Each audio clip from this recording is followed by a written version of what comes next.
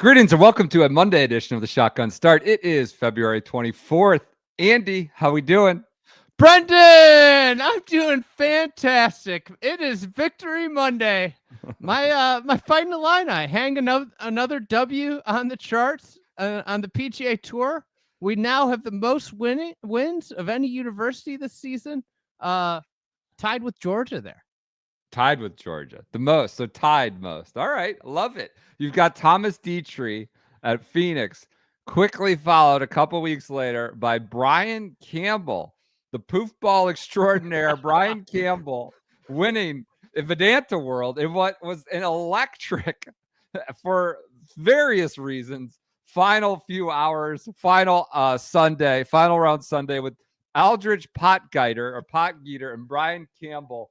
One of the big hitters, and another guy just trying to move it around there. Gets a couple lucky breaks.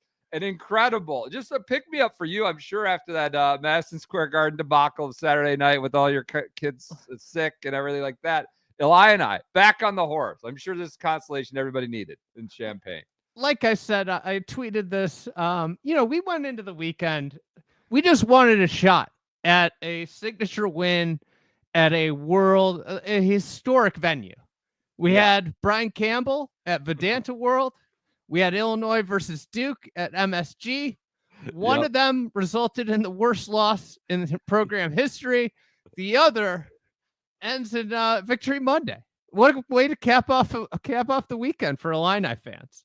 Honest to God, that was, I don't know if it's the event of the year. The year's only 2 months old, but we start this podcast. What are you guys going to talk about on the bad weeks? And there's no news and there's nothing going on. And this is why this podcast exists, to sit, watch that for the last couple hours and then talk about it. It was electric factory. It was a complete show.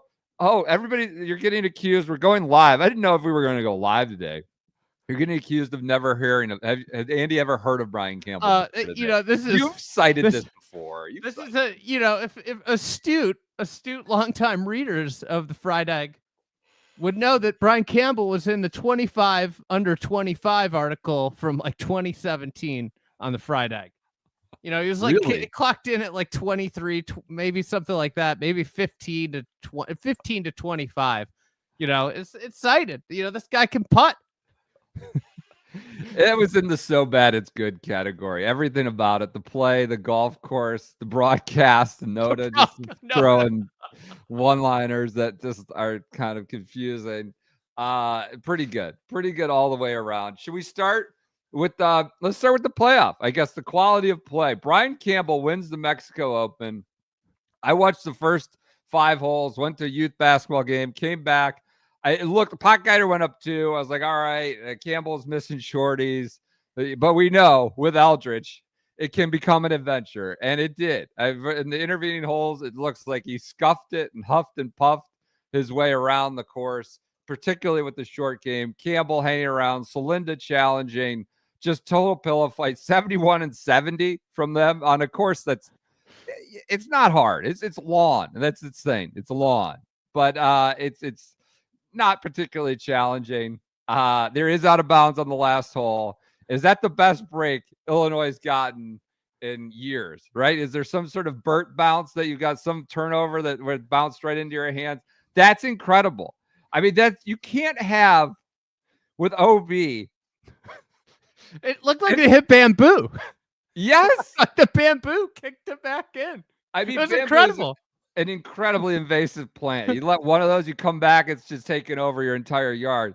And it just looked like, it looked like the right field wall at Jacobs Field or Wrigley Field or whatever it may be, and just bounced off. It's incredible. And then he bounces into hard pan. He gets a nice little break. But, Aldrich Potgieter's in the fairway 95 yards ahead of him. And he's in hard. This was all day. Potgieter was it's unbelievable. There's so much to blame though, because Campbell missed 2 shorties early in the round. Yeah, to go around that place in 18 under the first 3 days, like both these guys did, effectively, and then to have today. These guys were horrendous. The way Potgieter, he hits these 360-yard drives, and then it's literally like anything can happen. It's an appalling lack of. There's just so what I he's a great putter too. He's a great putter, and he hits it 360 yards. He has to go. He has to get somebody to work on the short game and the wedge game.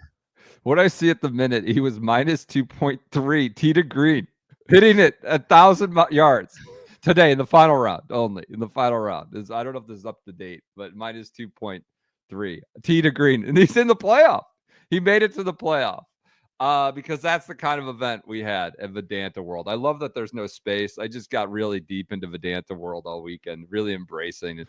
I want to go to VidantaWorld. Water tower. I do too. I'm available to go to VidantaWorld. My Jupe Link's cooler and go sit on the beach. I'd love to go to VidantaWorld. So yeah, I gotta say, man. Do you want to talk about Potgieter for a minute, or do you want to talk about Brian Campbell? I think Potgieter is the show. I think he is the show wherever he goes. We need him in every field. It's just for the electricity. What could happen? The good, the bad. He almost broke 60. Almost shot 59. Oh, yeah, made bogey on 18. Out of bananas.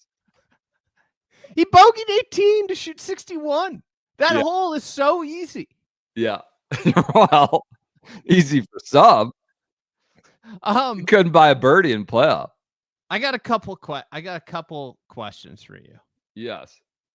Number one, should Potgieter go to the Monk, the Chipmunk, Joe Mayo, or the short game chef Parker McLaughlin? Which short game instructor should he enlist?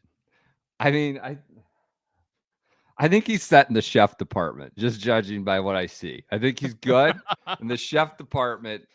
Let's go Monk. Let's go Chipmunk. I want to be fair to Potgieter. He's 20 years old. Yes. This isn't an excuse for doing some of the stuff. Like, he is 20. He is 20. Campbell's much older than him. He said he was a wreck inside like the whole time. So incredible promise with Potgieter. I think he's young enough to expect some improvement, right? In a short, it's not dyed in the wool, right? Where his short game can get better, and he's very young. Absolutely. Let's be effusive about the talent. He's 20 years old. Yeah. He won a ton as an amateur, and I think like the other thing is that Potgieter did not have like. We're seeing a lot of young guys get to tour quickly. Yeah. And a lot of it is via the PGA Tour U exemption. Potgieter did not have that. He has effectively gotten to the tour as quickly as you possibly can without handouts. He was not someone who just got like Fed sponsors exemptions. He has earned his way to the tour very quickly, about as quickly as you can. And now we've seen him play like 4 times this year on tour. Yep. And he's had a chance to win 2 of them. He has so much talent. I am extremely excited to see where it goes. And he is very fun to watch because the erratic play is absolute cinema. Yeah. And this wasn't like a one-day deal. Last year, he won, I think, his second start in the KFT. He won the Bahamas. Abaco, Darren Clark's place. Yes. So he wins that, eventually gets his card. But after winning that second start, I think he missed more cuts than he made and had like only 2 other top 10s. But like, and he like completely like melted a few times. Yes. And then he had that hole that we called the worst played hole by a professional golfer we've seen in the Sun City or Nedbank thing this December. Like every kind of shot. The 7 on like the 190-yard basic par 3. Had a skulled bunker, a flub chip, a horrible like 7-iron or something. He chunked his tee shot. So an electric talent who strike. I don't want to say he's Cameron Champ because it wasn't the same with Cameron Champ, right? Where like it can come together for him, right, in a day. And then he might miss like 8 cuts in a row, but he could be the best player in the world for 72 holes. that was like the Champ thing. Also, Champ, I wouldn't say has been accused of working on his short comings. I'm not saying he's got a long way to go, Potgieter, but there is a little bit of that, like, feast or famine, win or struggle to find the club face and lose. And when it goes sideways and he's in contention and the sideways stuff starts to come, it's an absolute cinema, as you said. I think like it has to continue to be emphasized. He's 20. There was an amazing nugget about his Korn Ferry, how his dad, who is a monster, big guy, boy. Shoulders. Didn't also look happy standing greenside. I love that his dad was wearing the exact same getup as him, like to the sponsor tee hat. Yes. Like, loved that. But amazing nugget that the dad had to travel to every Korn Ferry tour stop with him because he can't rent a car because he's young. Yeah. I mean, he's 20. There's such a bright future ahead. He's contended. He's been extremely close to winning twice on the PGA Tour. That being said, a lot of questionable stuff, a lot of questionable play. They made a big deal early in the round about him putting a 2-iron in the bag today. Yeah. So he switched. I don't know if it was a 3-wood out and put a 2-iron in. And then there's a drivable, I think the 5th hole on the front nine is a drivable 4. It was too long for the 2-iron, too short for the driver, so he had to hit a soft driver there. The next 2 par 5s, the 2-iron wasn't long enough to get home. But he couldn't get to the green, so he did take advantage of those par 5s. Like, it was a masterclass in, like, you make the switch and then that club's too short over and over again. And then I gotta say, 18. The worst caddying I've ever seen, maybe seen on television. I know that I'm someone that regularly downplays caddies, downplays their importance. I myself grew up caddying. This is not to say I hate caddies. We love. I just think that there's too much respect often given to the caddy. That being said, Aldrich's caddy might need to go because Brian Campbell's off getting a ruling, and then we get a player caddy interaction, and he's asking his caddy. I mean, his caddy's been over this ball for at least 5 minutes. This is the second playoff hole. 18 again. And the third time they've played. And he's asking his caddy numbers like, what's it to the back edge of the green? Doesn't know. He's having to do calculations on the spot. What's it over the bunker? Doesn't know. Like, what were you doing for the last 5 minutes? This is literally what your job is. Your job is to get these numbers ready. And of course, like, he's talking about this. It was clear. He was like talking about how he needs to draw the 6. He probably had to step on it, hit a draw to get there. Doesn't draw it, and he comes up short. It's like you need a caddy to step in there, know the numbers, take charge of the situation when you've got a 20-year-old trying to win. And yeah, dumps it in the bunker. Again, what you're saying is Ken Tackett was on the scene. They're chatting with Campbell. Yes. And we come back to Potgieter, who's playing it for the 3rd time in the last 30 minutes. The same hole. Same, not, the exact same shot. He's in different spot. But, it's the same hole. They know where to go, where not to go. And he dumps it in the bunker. Can't get up and down. Loses. I don't know. I mean, I do know how he lost it. He was all over the place, but it felt like, God, the last hole was on his club. Even with the Campbell good break, he still had the advantage, significant advantage. And, I loved, he started to just, one of my favorite quotes was was it the first playoff hole? He gets the mud ball. Was it the mud ball in regulation? Might have been regulation. And someone, was that the mud ball? And Bose goes, I don't think that was the mud ball. That was a great call. I don't think so. Because it was just that bad. The hard hook, he dropped, and then they go to the swing. Like, oh yeah, he just did not swing at that ball. Drops the club immediately. Is just a hard hook, deep left, way over the green. This says nothing of the short game. But as PJ, jump in here, pointed out earlier, the caddy kind of, I wouldn't, like, Big Aldrich needs some steering, right? He's 20 years old, a lot of talent, but needs to be steered occasionally. You need to kind of put the governor on him. You need to pull him, turn left, take the autopilot a little bit. And the caddy just let him just fly haphazardly through the skies. The flop shot. How do you not talk him out of the flop shot that he flubbed and came rolling back down to him at 15? Was that 15? How, yeah. That was how right. Yeah. you first of all, you're on the right side. The pin is tucked right. You cannot miss short right. Everything else is fine. You just cannot play down this right hill.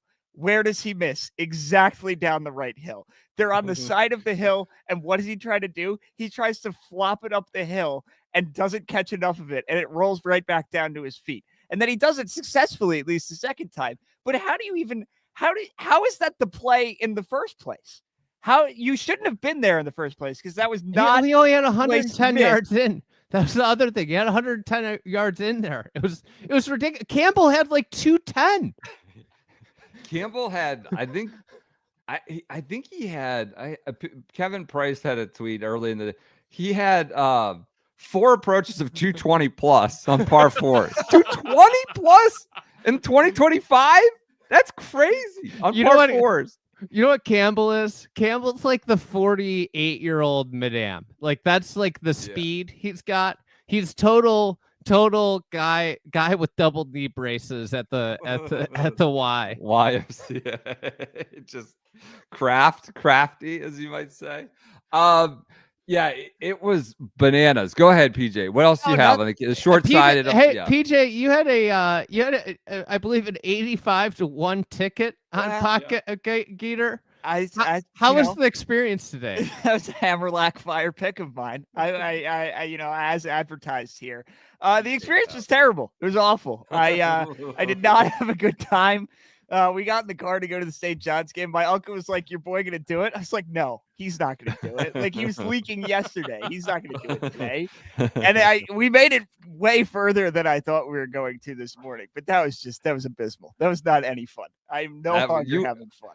Yeah, I cashed a toasty top 20 bet. Lock, hammer it. I'll go to the window and collect on that one. But that is nothing compared to your win, 85-1 win. That had to be just hell. It was not fun. I am convinced if Bones was on the bag for Potgieter, he wins today. I think that's fair. I think that's probably fair. Fair call. I mean, I don't know how he hits it in the bunker again on the last playoff hole. He goes, the wind knocked it down. Or like, no. He just hit the wrong shot. It's the same thing. Like, was that mud? No, it was just terrible. That was Bones. Also, immediately, Bones. At the minute it's in the air, Bones just goes, "Oh, this looks great. I'm flying high. I think this is gonna be incredible." And then it's just boom, right in the bunker, smash. The fact is, you had like a 5 or 6 iron into that par 5 3 consecutive times. Yeah. Giant green, super wide. Yeah. Did not hit it once. Kind of backboardish. There's enough there. It looked like there was some safety behind. Brian Campbell, as many people pointed out, I think averaged 262 off the tee on the tour right now, and Potgieter's at 328.7. Maybe that was just this week. Basically, shortest and longest hitter. Duke it out. It was super cool. It was super fun to watch. It was fun. Absolutely fun. That course is horrendous.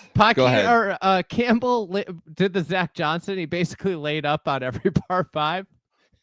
Was just laying up to wedges.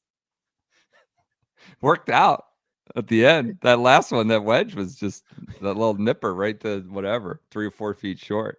It's a good little play, crafty play after he got the break off the wall. Honestly, though, I mean, this is a guy that was really good in college, a really great college player.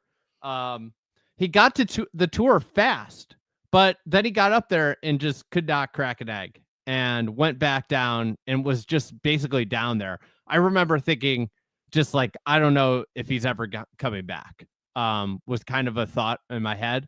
He's obviously like plays a much different style than the vast majority of the tour. Yeah, could say that. Not built for speed. More of a fairways and greens guy. But This is, if anything, I will say, is Brian Campbell a superstar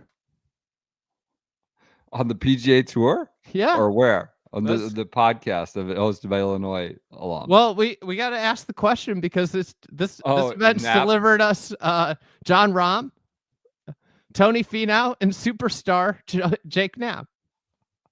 I think he's at I want to say 160 in the 160, 165 ball speed. A little bit different. Knapp. That's Kisner speed. It's kind of a miracle he won. This course is just eaten up by the big hitters. Finau, Rahm have won here prior.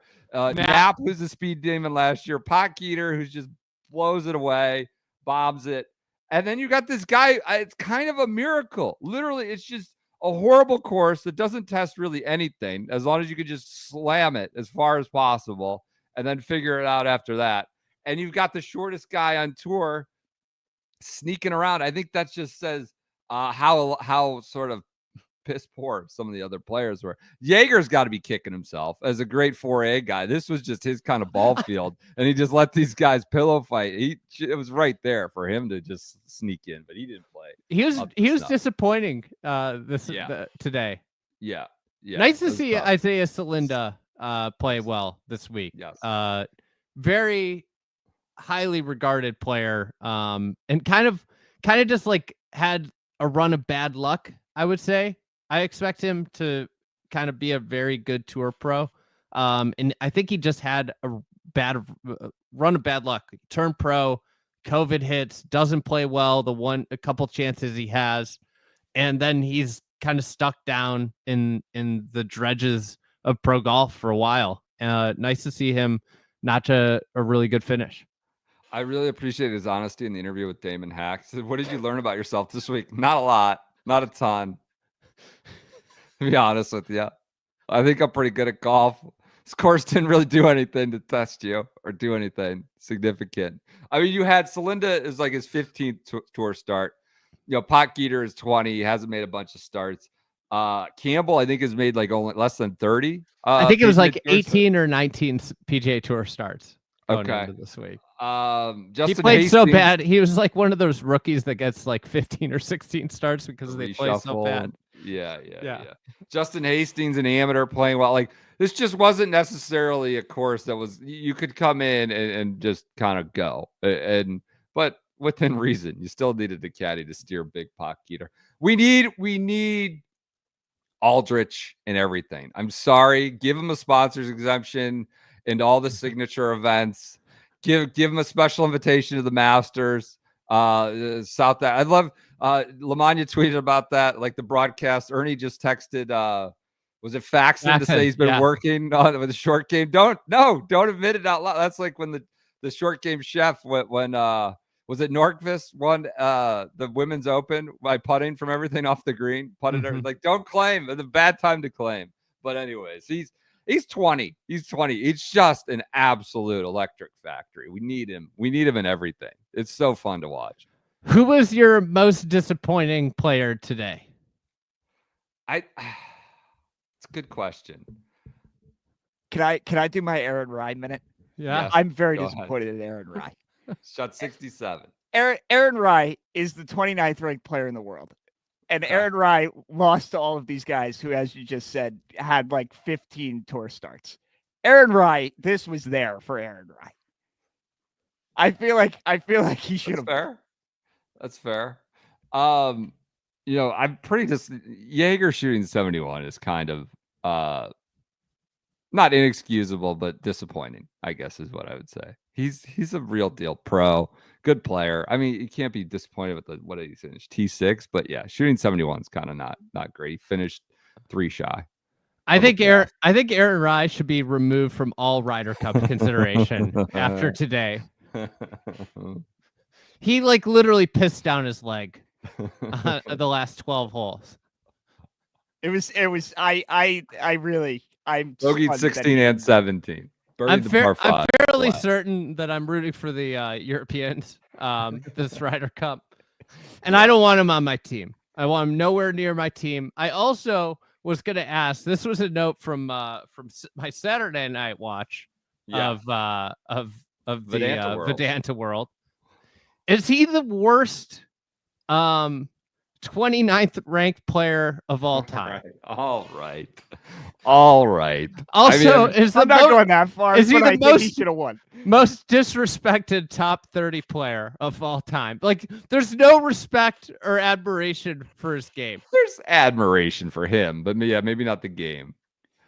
I I think don't there's even just think about the event he won. It doesn't even register to me that he won the Wyndham because I immediately think of Matt Kuchar. He wasn't the last guy to finish. I mean, that's what happens. That's true. That's true. He didn't put out last. That's how that works. Poorly timed water. I mean, I think there's some residual unseriousness. I think people with the gloves and the iron covers and the 2 gloves and the black glove. I think they're just like this. This isn't.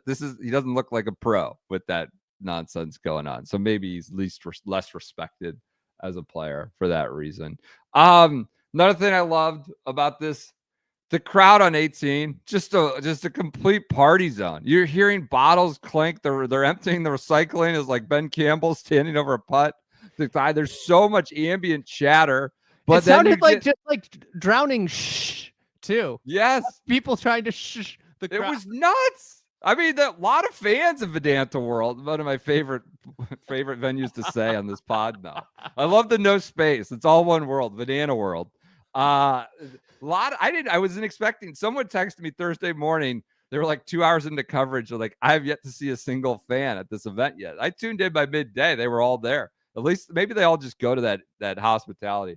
But it was a madhouse.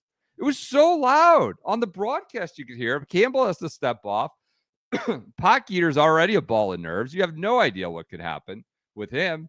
And it's just bottles clinking, people shouting, everybody, then people telling people to shut up and pipe down. It was just a madhouse. Broadcast. What do you think of the NBC presentation? First day week for them on 2025. I think we gotta hold back observations until VidantaWorld's its own play. It's its own world, really. Its own literally. Literally, early signs not good. Okay.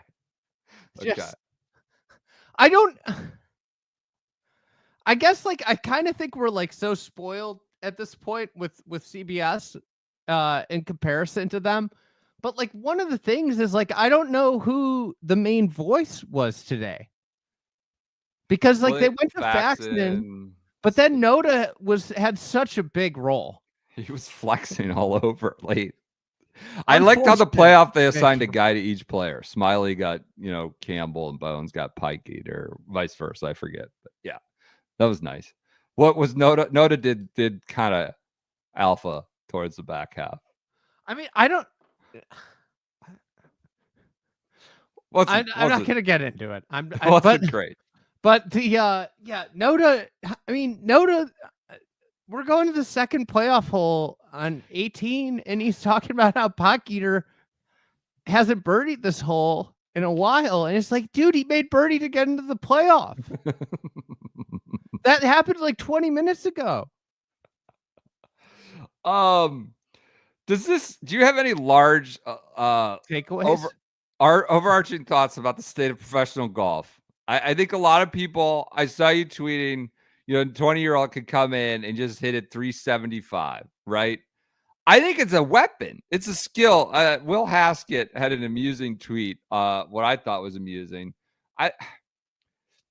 On Saturday, Potgieter hit 10 of 13 fairways. He gained 3 strokes off the tee, +3. Rory had just 1 all of last year. It was 299. Now, Rory didn't play VidantaWorld. I think Rory goes to VidantaWorld, gets against this field. He might be going +3. Who knows? But Potgieter, as we know, he nukes the ball. He hits 10 of 13 fairways. And number of +3 OTT rounds in Aberg's career so far, 0. Look, this is not an apples to apples thing, but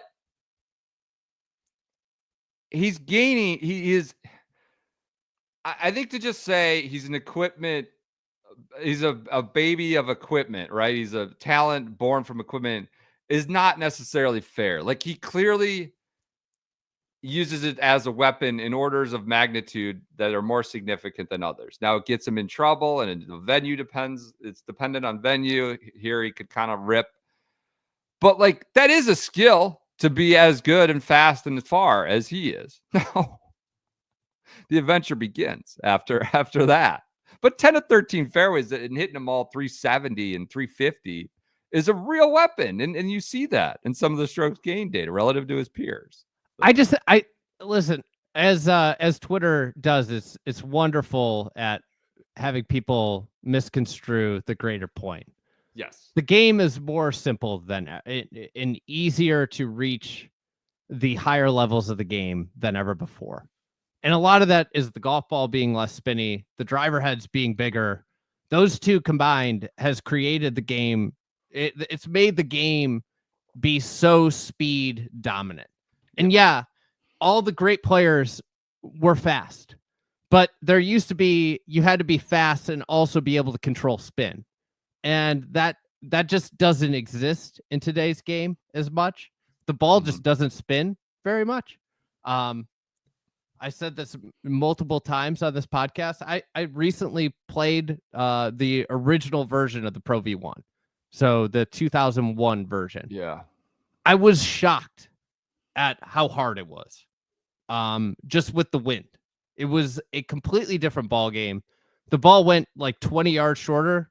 I played the last 2 holes of the round with a modern Pro V1, and like the people I was playing with were amazed at the speed the ball came off the face with after watching me hit the other one all day. This is not a slight at any of the young players. They're really good, and they're really good at this game. They're better at this game than the 35-year-olds. I think like what's amazing about the young players is how many of them are getting to the tour, despite the tour doing everything in its power to make it as closed of a shop as possible. You know, like it is very hard. There's the churn on tour is very small year in, year out. There's really only, you know, you can only earn one of 30 cards on the Corn Ferry Tour. That's your way in, outside of like getting the sponsor exemption or playing your way in, which is not a real strategy. So there's only, I think like I had this, you know, I had a reasoned discourse with a caddy who's a great player in his own right, David Geese, on that tweet where we talked about, well, like if it was really open, you would just see more players up there. I mean, this week you had 2 amateurs in the top 15, Potgieter, a 20-year-old, almost win, and then Blades Brown, who until a rough Sunday was in the top 20. Like this, you know, if you went 15 years ago, this would have been a huge story, and we're so used to it now that it's just like, oh, it's just another week on tour. Yeah, it was fair. And this was a perfect match, of course, to really play into also that kind of. I mean, Potgieter got in a playoff. I mean, his lag. What was your PJ? Both of you guys jump in. What was his worst shot outside of like the drives? I think the one chip. So they did like a minute plus, like it was highlight low light package. Yes, that was my favorite one. Like hammers through. He just completely sculled it. He literally had like 22 feet coming back. He ended up further away from the hole than he was when he chipped it. He had a lag putt. He had a lag putt in the hole like 2, I want to say. That before I left. That was like he left 10 feet short. Like it was something I would just like throw at the hole to like get in the right section of the green. Not a professional golfer lag putt. That just left me flummoxed. And then, you know, I mean, the shot on 18 during the playoff, the hook was really bad. It shot tracer on it. Well, and the chip was not great either. He left a lot of meat on the bone with the chip. Looked like it was going to be good. Both Yeah. those putts were sad too. Fair play to Noda, called him out. He's like, that's just not a professional golfer of this caliber can't play that.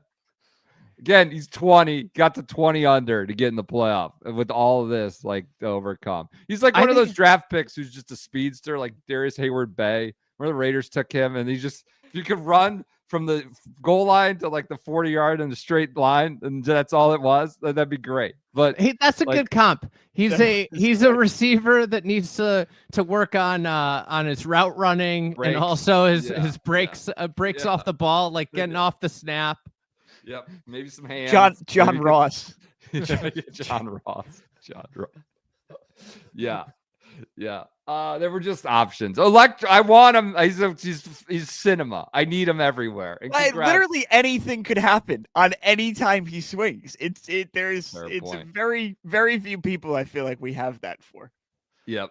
Anything else? Any other takeaways from VidantaWorld? VidantaWorld. No. Other than I want to go to VidantaWorld. I do want to go to VidantaWorld. Congrats to Toasty on his first top 20 the season. Patrick Rogers, I'm disappointed in him. Felt like after last week, this was a chance to really go big.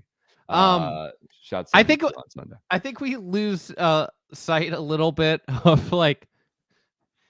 I think we lose sight of how easy the great players make winning. Like when we had Rory at Pebble, where he just like lifted and separated, and it was like, peace out, guys. I'm gonna win this golf tournament. Right. I think sometimes we just like forget how good they are, and today was a great example of how hard it is to win a golf tournament when you don't when you're not someone that wins a lot of pro golf tournaments, or it's your first time in contention on the PGA Tour. Yep. Do you think does Brian Campbell go to the top of your betting list for the Masters? No. Who's he gonna? Who are they gonna put him with? I the was runner-up, USAM runner-up. I hope he gets paired with Bernie, so we can see who hits it further. Oh God, that's not nice. That's not nice. Bernie's last hurrah. I'm interested to see Bernie's last tour of duty. He's hitting it past a winner in this year on the tour. That'd be tough. Yeah, I don't have any other big takeaways. Just if you're a guy who needs points, you go to this event, right? I mean, you're going anyway. If you're a big hitter, set up, yes. If you're a big hitter in a top 20 player, I would just go because you could just pick off a win. It's like a no-brainer. Go bring the family to VidantaWorld, and then you go and just wail away. Just send it. Yeah. You know what? The Brian Campbell in his distance reminds me of. What's that? Russ Cochran can take anybody that hosts the podcast, give them two aside, and play them for their car. Come on, that's disrespectful. It's disrespectful for PJ to be bringing up Bernie takes in there. Don't disrespect an Illinois legend like Brian Campbell. I can't wait for his jersey ceremony. I hope they hang it upside down. What was the report from Cochran on the range at Zurich? Because we didn't have shot tracker. He was hitting like 235, right? 240. Come on. Brian Campbell. Let's go. Come on. Take it easy. Campbell did miss some shorties, and I was wondering early on, he missed 1-on-1 to Potgieter to go to 2. I was like, I didn't think he was going to be able to steer it in the house. Maybe though. He righted himself a little bit, poured it in the heart there at the end to win it. I wonder, could he use a little perfect practice? You and I have this. We're ramping up. We're coming out of hibernation. You don't really have a real winner. You have, just it's kind of temperate there all the time. But I've got the mat down. 65 and sunny all weekend. It's delightful here. It's been very cold here, getting warm this year. But this week. But we have my perfect practice set up in my office. You can use the code SGS for 20% off at perfectpractice.com. It's also at Dick's Sporting Goods. Make sure if you're a brick and mortar guy, you want to go. Brick and mortar. What did I say? Brick and mortar. Say, I want that under my arm. I'm going to put it in my trunk. You can do that at Dick's Sporting Goods. I've seen it there. Perfectpractice.com is the URL. SGS is 20%. It's the highest quality putting mat for realistic putting experience. It's crafted with unique crystal velvet material that ensures smooth and precise ball movement, simulating real greens. You can train anytime, anywhere. It's fun and challenging for both the pros and the Joes. I think DJ uses this. I think the pros really, well, DJ endorses it. DJ, as we know, maybe I don't know. Practices his practice habits are what they once were, but he has used this at his peak of his powers. I bet he's still using it. The great thing about the perfect practice, Matt, is you could just take it on your boat. I bet he has one on the boat. It might be true. That may be true. Simulate the rolls there. Exactly. That'd be fun to putt on a boat. Regular Joe's, easy setup. You can just roll it and put it away. Burt and Mortar. Did I really say that? The commenters jumping. Training lines, so you can develop a straight back, straight through stroke. They obviously have all the accessories too, the mirrors and the gates, but it's the best, the most realistic putting mat out there. You go to perfectpractice.com. Again, SGS gets you 20% off. That's a good chunk. I like 20% off. That's a real promo code. Not every promo code. Sometimes they're just knocking off what essentially is, a couple bucks or a couple cents. SGS 20% off at perfectpractice.com. A lot of good comments in the live chat tonight. I'm having fun. A lot of interesting comments. A lot of people calling ZJ out for his caddying in the Ryder Cup. Can't go a day without ZJ getting a drive-by around here. Oh God, I was talking to somebody about that moment. Yeah. That was a little more intimate with it, and it was incredible to hear. Just incredible to hear ZJ walking in, waving off, waving in the routine. One last VidantaWorld note. Michael Kim, what a start to the year. T2 at Phoenix, T13 last week, T13 this week. Esteban Toledo is liking our Instagram posts. He's all in our messages. So that's good. I wanted to get some firsthand testimony. Kenya Open, magical Kenya Open, Jacques Kruswick. I mean, this is just KRUYSW. How do you have a Y, S, and a W in consecutive order in a name? I just don't know how you get there. Jacques Kruswick, KRUYSW IJK. Just that's gonna put me on the fritz every time. Wins on the DP World Tour, the magical Kenya Open, which I had people sending me pictures of the tee markers. It claims it's the home of golf, the Muthiaga golf course there in magical Kenya. It says it's the home of golf. I got some firsthand testimony from listener Will. Went to the magical Kenya Open. I think we might need to budget this in for next year. First two guys I see in Arrival are Piss Bear Jr., who played well. I think he finished third or something. Jacob Scov-Olesen and Hao Ton Lee. I said, how'd it go? Said, it's incredible. You need to send PJ here for a Champions Tour break. It's a rock hard course, which I can attest to. I watched a little bit of Magical Kenya Open. Ball just scooting down the fairway. Rock hard course, tiny greens. You can get as close to the players as you want and shots as you like. And there's extensive barbecue options. I said, did you talk to any players? I got a bunch of high fives. I had my kids, so I couldn't move them around too much. It was extremely well attended. It's almost all locals. Experience. Well, that's fair. And he said it's almost all locals. He thought it would be Brits, expat Brits, and Yanks, but it's all 99% Kenyans. $5 entry for Thursday, Friday, $10 on the weekend. Kids under 12 and free. Said it was incredible. Now they don't have a great field. I will concede that, but the course sounds very firm. You can get up close for $5. I'm in. Who knew? We had listeners at the Magical Kenya Open were Jacques Kruswick. We need a good Jacques in golf. We don't have any good Jacques. I got a Magical Kenya question for you. Yeah.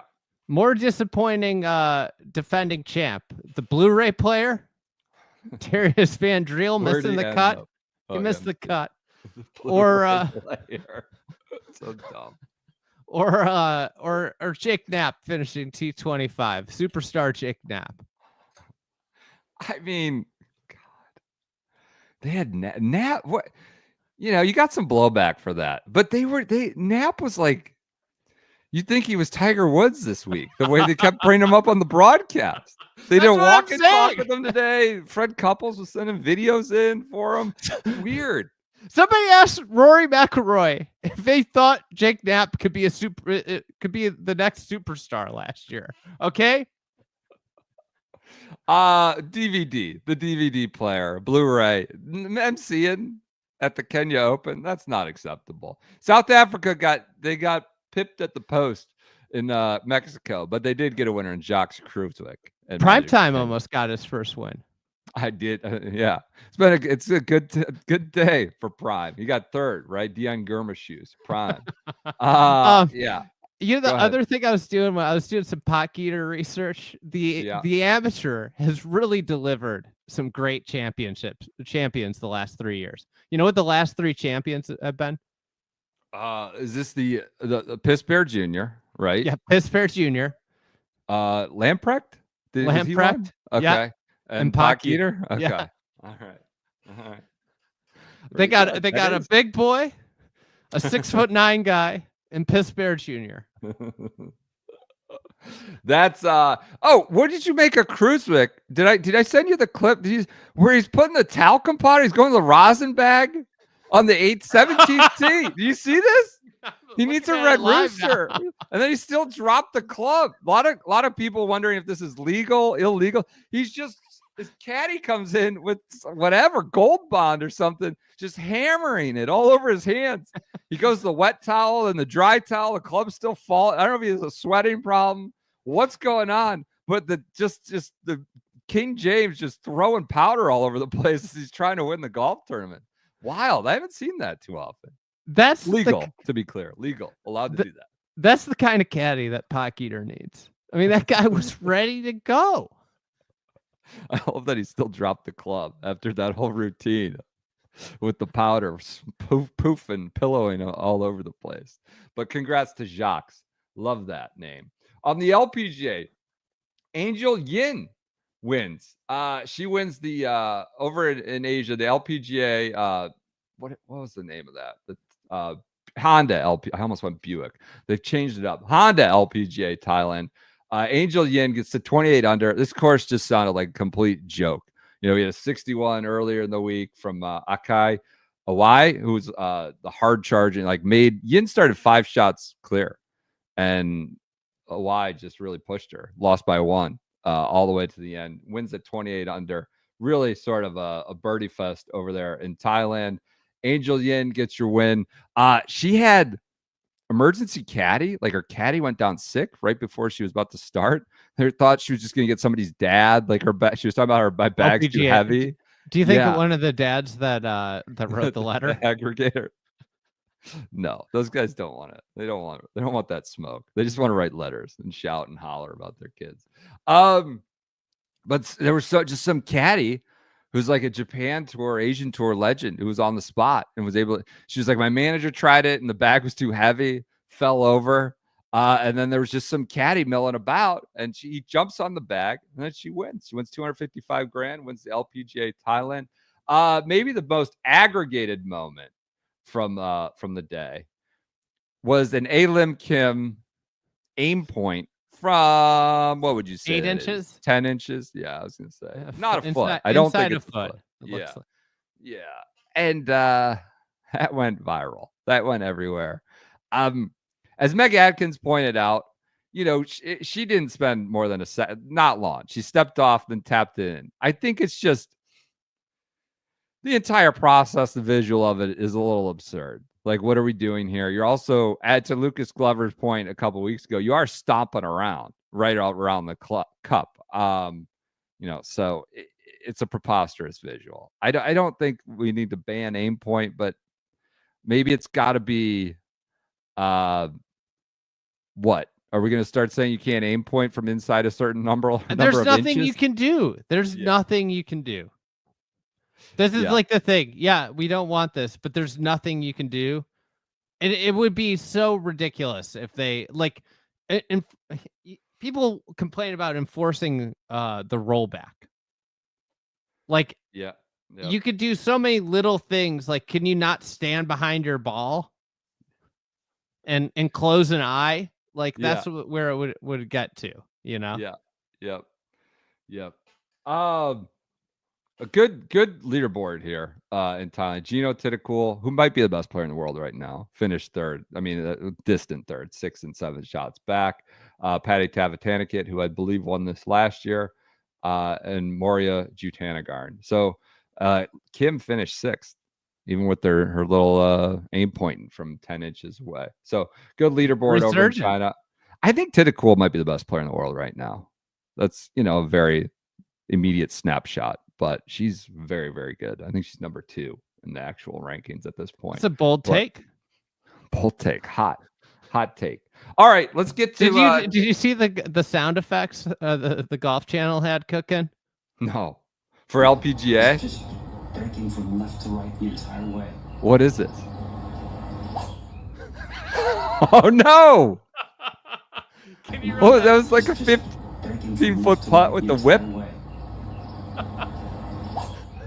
Oh no! What is this? Who is this? I think it was Campbell hitting a 15-footer. No. All right. It's hard. Listen. It's hard to beat a guy that hits a putter like a driver. I mean, it's hard. They hit the driver button when he had a 15-foot putt. Whoops. All right. News. Tony Finau gets a 1-day contract for the TGL. He'll be at We Are LA, LAGC. He's going to play for them this week with Rose and Fleetwood, otherwise indisposed.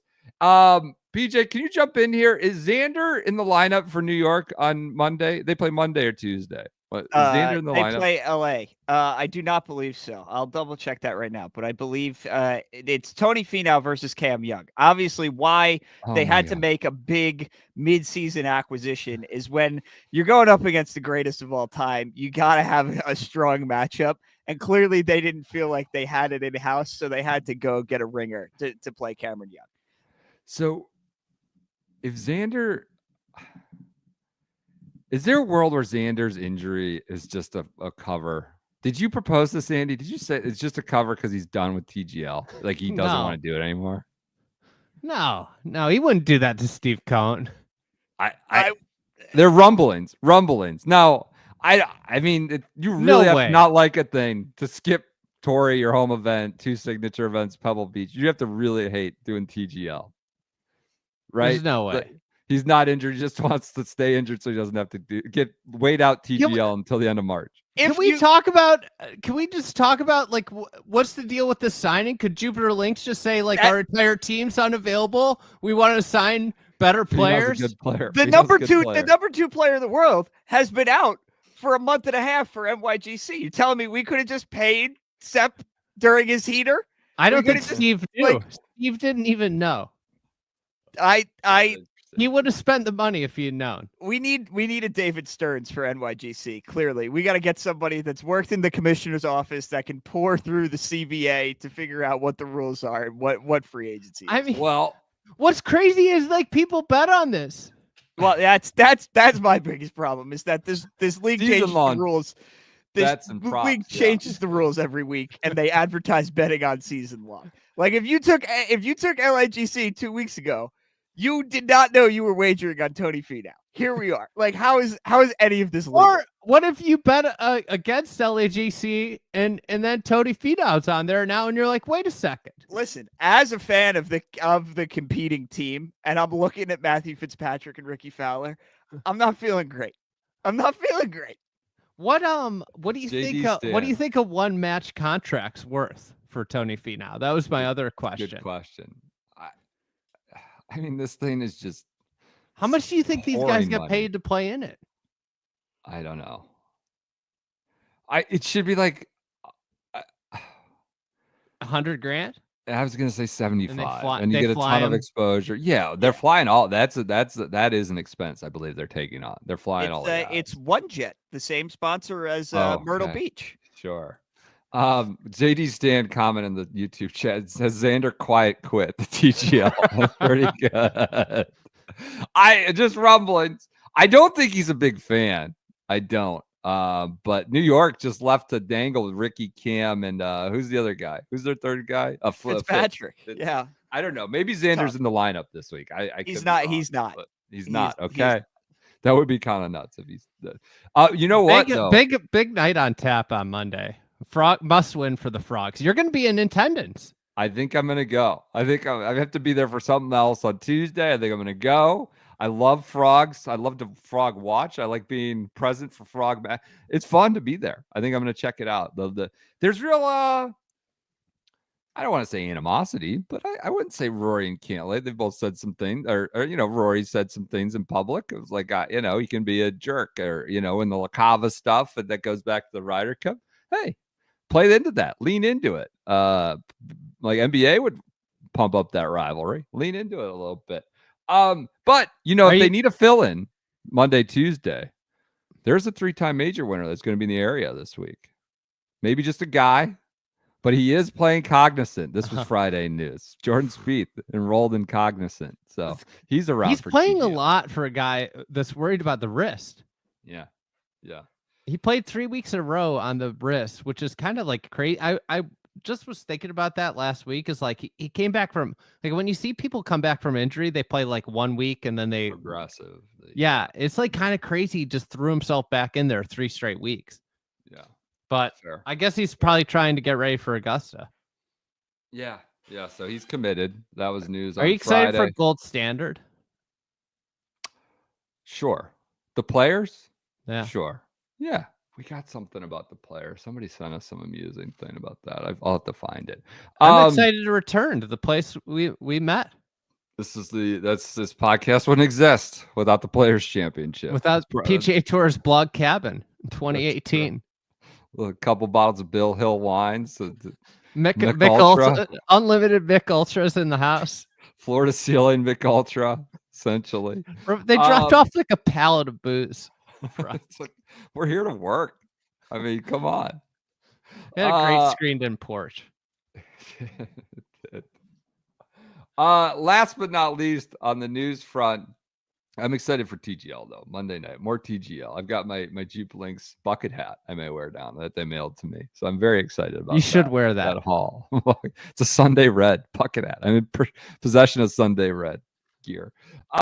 Last but not least, certainly on the news front, Eamon Lynch had a little nugget buried in a longer column about how you're going to reintegrate live players that said rumblings from informed sources suggest that Thursday's meeting at the White House didn't go as well as tour executives had hoped, which suggests that PIF Governor Yasser Al-Rumayyan remains determined to keep shoveling cash into the furnace of his own pridefulness, so that the meeting didn't go well. Now, we recorded on Thursday.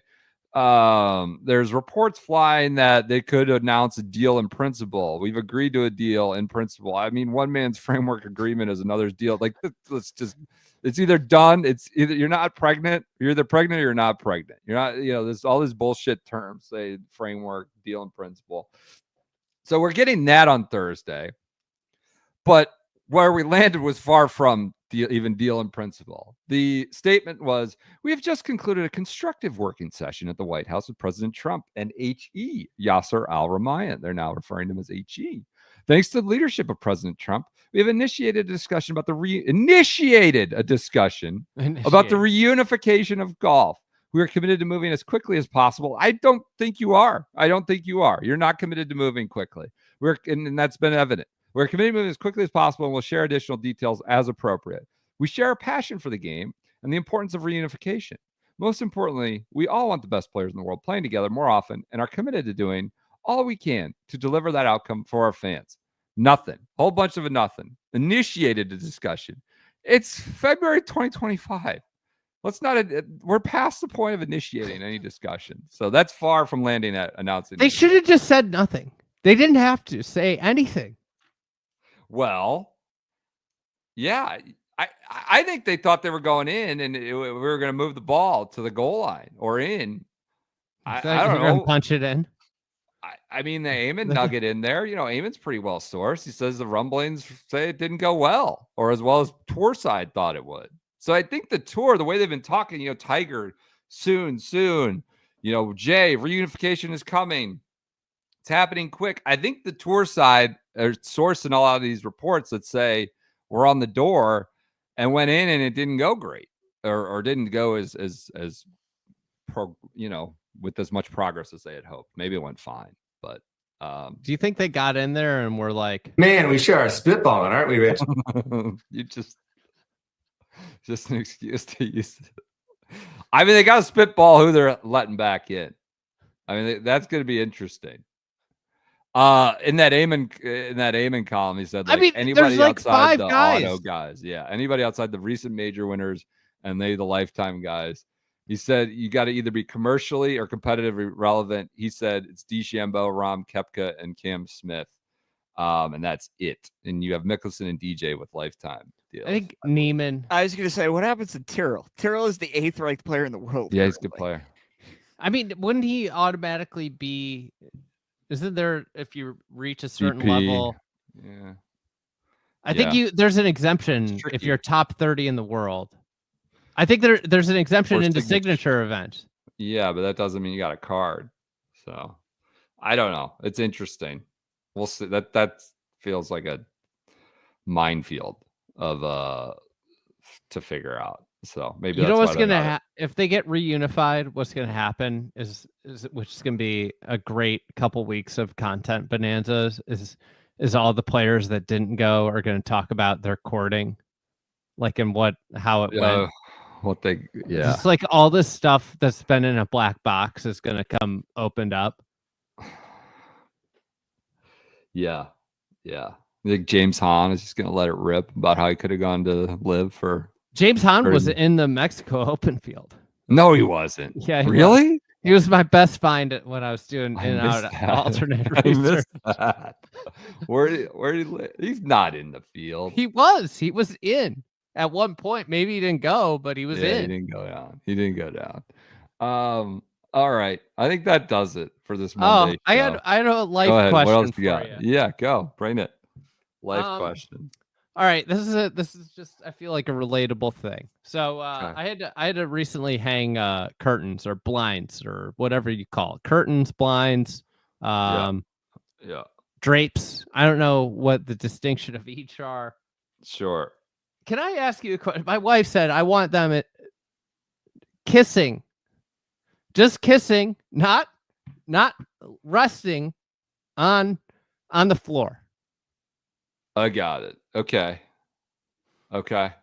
What's your margin for error there? She wants them just basically to be touching at the floor. Yeah, like perfectly lined up with the floor. What's the margin of error? Listen, like I'm not a handyman. God. I mean, what's the margin of error that you got? Half an inch each way.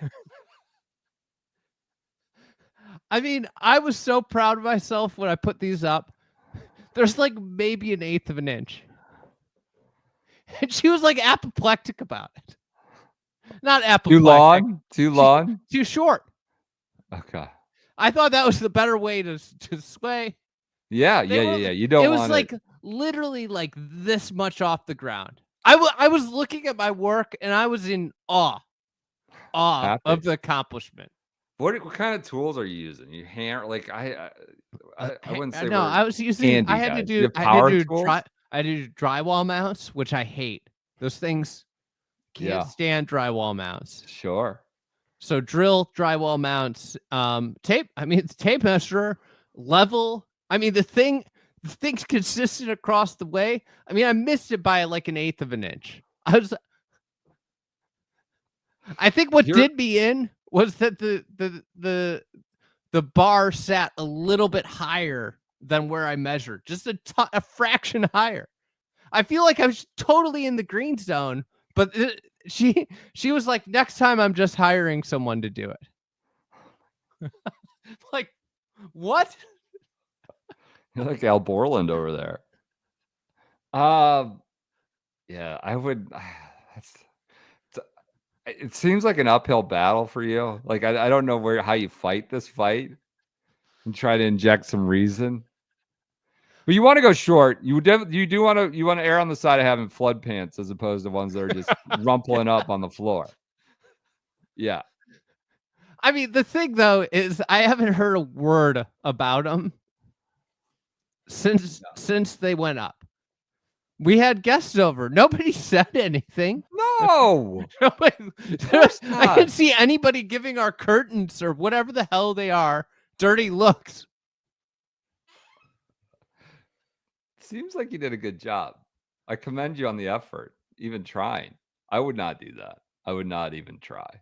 I don't think I could do that well. So I'd like to hear what everybody's margin for error is, though. You said a half inch. I don't know, each way. Yeah. I think that's pretty aggressive. That's pretty aggressive, quite honestly. Yeah. Yeah. All right. Love that. That does it. This Monday episode, really kind of a bonanza after we got the Potgieter Campbell pillow fight. Really fun. VidantaWorld, mark that one down. VidantaWorld and Magical Kenya Open might be a event of the great year. week. Might be so far. It's a short year so far, but yes. Victory Monday for the Illini. I mean, what a great golf program. 2 winners. Happy for you. All right, that does it. Everyone enjoy your Mondays. We'll be back with you on Wednesday.